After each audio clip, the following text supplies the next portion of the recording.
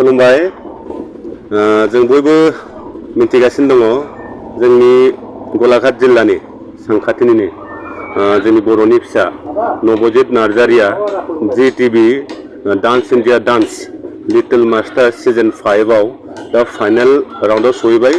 नोंथांमोननि बयनिबो अननायजों नोंथांमोननि बयनिबो मदद हेफाजाबजों जोंनि फंबाय नबजित नार्जारिया दा फाइनल राउंडआव सहैबाय, ग्रैंड फाइनलाव सहैबाय बिथाङा। दा बिथांखौ देरहाहोनो थाखाय जों सिगां जेरैबायदि खस्थ' खालामदोंमोन, जोंनि बर' जातियानो गुबै जोंनि बर' हारियानो बिथांखौ देरहाहोनो थाखाय जेरैबायदि खस्थ' खालामबोबाय थादों, थिग जों बिदिनो खस्थ' खालामफिननांगोन।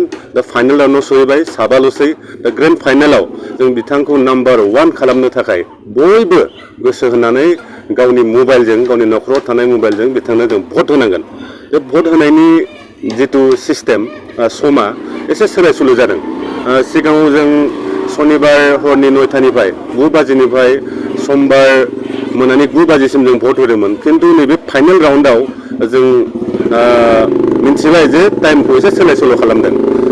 बे टाइमा जाबाय रबिबार, माने दिनै हरनि रबिबार हरनि 9 बाजिनिफ्राय समबार, मंगलबार, बुधबार, बिस्थिबार हरनि 9 बाजिसिम जागोन। बेयो 19 तारिखनिफ्राय 23 तारिखसिम, मथते रबिबार हरनि 9 बाजिनिफ्राय समबार, मंगलबार, बुधबार, बिस्थिबार हरनि 9 बाजिसिम नोंथांमोना जोंनि नबजित फंबायखौ देरहाहोनो थाखाय भट होनो हागोन।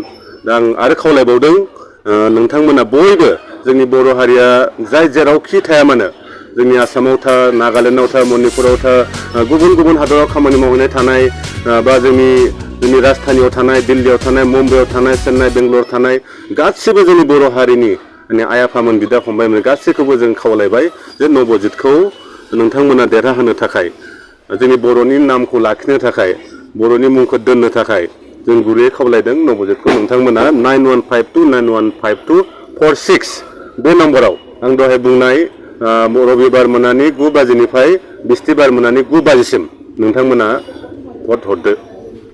जों बयबो खौसे जानानै, जोंनि बर' हारिया बयबो खौसे जानानै जों नबजितखौ देरहाहोनोसै। गोजोन्थों।